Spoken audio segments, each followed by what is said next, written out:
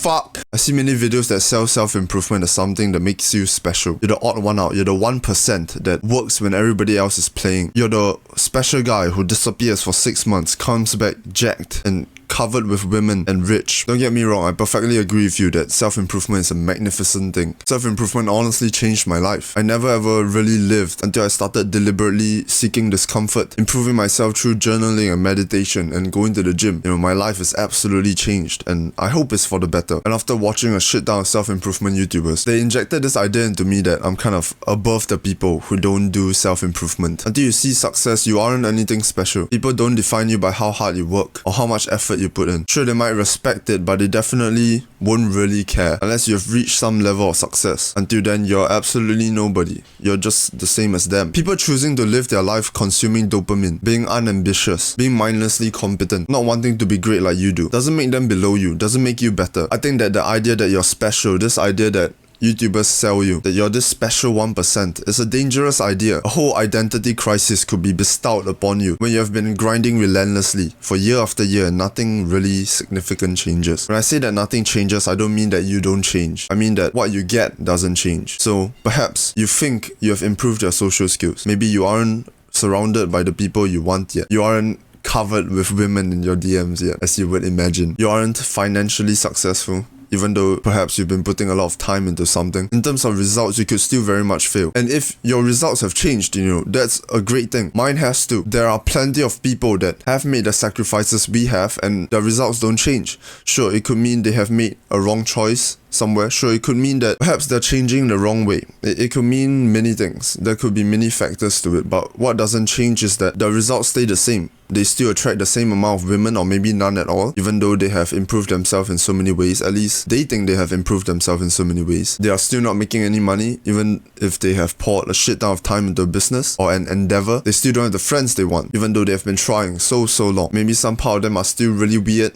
and people still don't click with them. Sure, you're that special 1%, but every other 1% is also special. You could grind your whole life, disappear for 6 months, and a few years later still end up in the same exact place as those who didn't grind. Choices are paths of life we choose to embark on. Every journey brings its own beauty, its own magnificence, its own set of flaws, ideals, and imperfections. Are we really better than those who continue to be a consumer if our results haven't changed? Just because, sure, we'll get the respect for working so hard. Sure, we can fill the void within ourselves and have little dependencies. But are we really better? Typically, self-improvement always stems from a place of hatred. You had to have hated your situation so much and be so angry that you found this answer, which is self-improvement, and it's been guiding your life ever since. It always stems from a place of hatred, and I know that from everyone who's into self-improvement I've spoken to, they have always started from a fuck this event or an accumulation of things that they hated themselves for, or they hated the world for. And having the hatred in the first place is not a great thing. Sure, it could be a great motivating factor. Making that choice to use that hatred to fuel your self-improvement rather than sell your soul to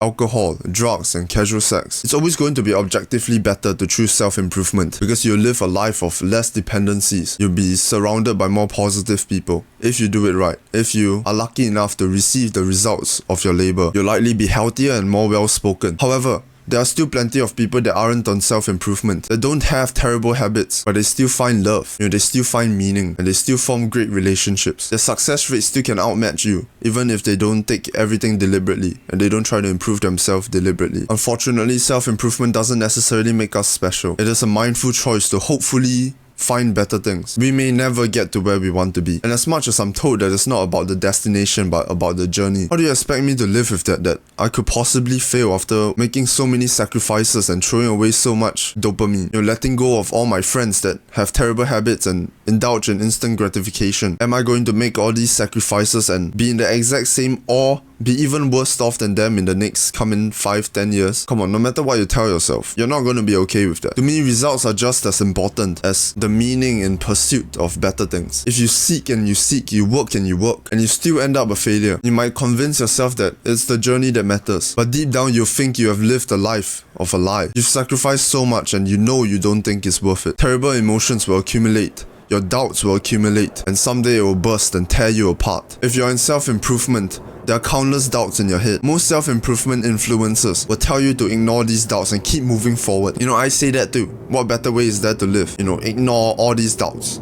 walk onward. And that's badass as fuck. Many times I find myself turning to motivational content where we're told to simply keep moving forward, no matter what. We're almost there, just a bit more. Keep going, keep going, keep going, keep going. But these doubts that you try to put aside, that you keep moving forward through, you don't know how long it will take for you to break the dam, or if you will ever break the dam. By break the dam, I mean like, so imagine a dam and you keep putting pressure on it, you will see zero success until it blows up. These doubts that you try to put aside will accumulate and it will beat you up at your worst. When you're desperate, when you're lonely and upset, all these doubts will come pouring in and it will tear you to shreds. And if you don't have the capacity to deal with that, these doubts could very easily force you to have burnouts. These doubts could make you give up. These doubts could make you turn to terrible habits to cope with this feeling of defeat and failure and very deep sadness. You could start playing video games again, stroking your worm 6 times a day for perhaps a week. You could absolutely waste time the next whole week just rotting because these doubts just suddenly attack you and you feel like absolute shit. Where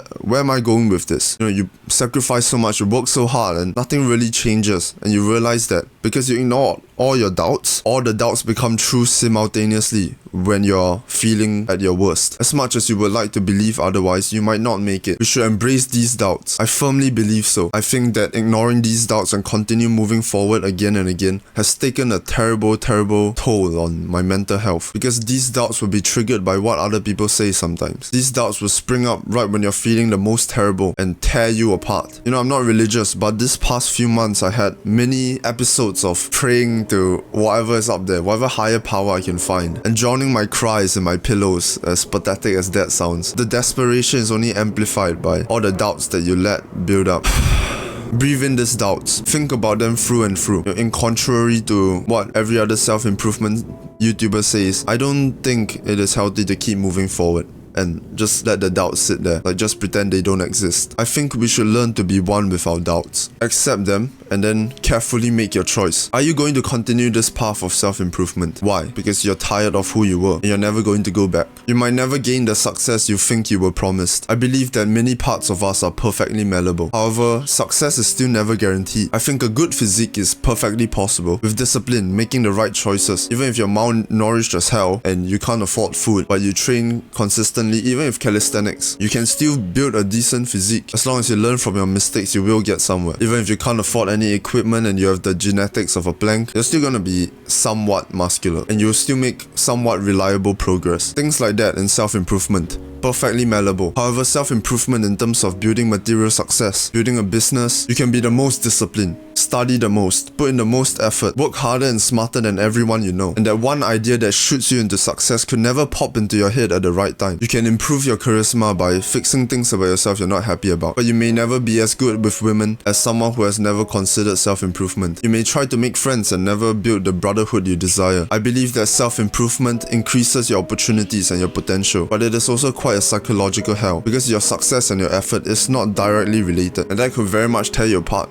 And this lie that it makes you special, it makes you better than other people, will be something that hurts you because, you put in a lot of effort, you sacrifice and sacrifice. And after months and months, you might very well be exactly the same as an average person. And that hurts, As much as, the journey is more important than the destination. Sure, I'm sure it is. But it still will hurt like fuck. It will hurt so bad you wished you never ever started. Unless you're somebody who made the right choices and your progress becomes somewhat linearly correlated with your effort. Then you'll be satisfied. And then you think that working hard will get you where you want. But not everyone is like that. The progress isn't going to go up as the hard work goes up. You could be working hard in this direction and the progress can go in this direction, or even this direction. It could go downwards, because results can very much be up to chance. And as I mentioned in another video, I think success is a maze. I think there's a lot of chance involved, and we cannot belittle people who haven't made much results, even though they have been working so hard. And when somebody isn't making as much progress, it doesn't mean that they're not working as hard as you. Not always. They could very much be working 10 times harder than you. With all that being said, I do want to express that if you try, you might never win. But if you don't try, you definitely never win. Make an educated choice. Be honest with yourself and confront your doubts. Don't let it just sit there as you continue moving forward, because those doubts will catch up with you. and they'll catch up with you fast. Make a choice and commit to it. I'm going to choose to continue despite my doubts, because although I might end up failing for the rest of my life, although I could disappoint myself and become very desperate, and despair might hang itself on my head eternally, unfortunately I can't let myself backwards anymore. When our eyes have been opened to the option of self-improvement, learning that parts of ourselves is mutable, I can't lie to myself in the same way, can't cope the same way other people do. I'm stuck here and I could never regret it. There is no going back once you realize trying is an option, because although you might never succeed, you continue to live knowing that you never tried. So here we are, my brothers. We can never go back. Sad. Skill issue. Embrace your doubts, because they are never going to actually go away unless you've already made it or you've stopped trying. These doubts will stay with you for the rest of your life. That's the poison of self-improvement. This inner voice that beats you the fuck up if you don't make anything of yourself. Even if you've tried so hard, you can never respect yourself if you have never made it. You'll hate yourself, you'll hate the world. That's the poison of self-improvement. You'll never be able to mindlessly navigate life ever again, and there is no way to go back. Get ready for a life of perceived failure. If you fall short in anything, you are a failure, because that's what you think of yourself, and nobody can change that. I sincerely hope the world gives back to you according to how hard you've worked. Let's see what we can do. I want you to know that you are not alone in your doubts. The truth is, we're not all going to make it. But guess what? That's a lie that I will always be willing to tell. To better work.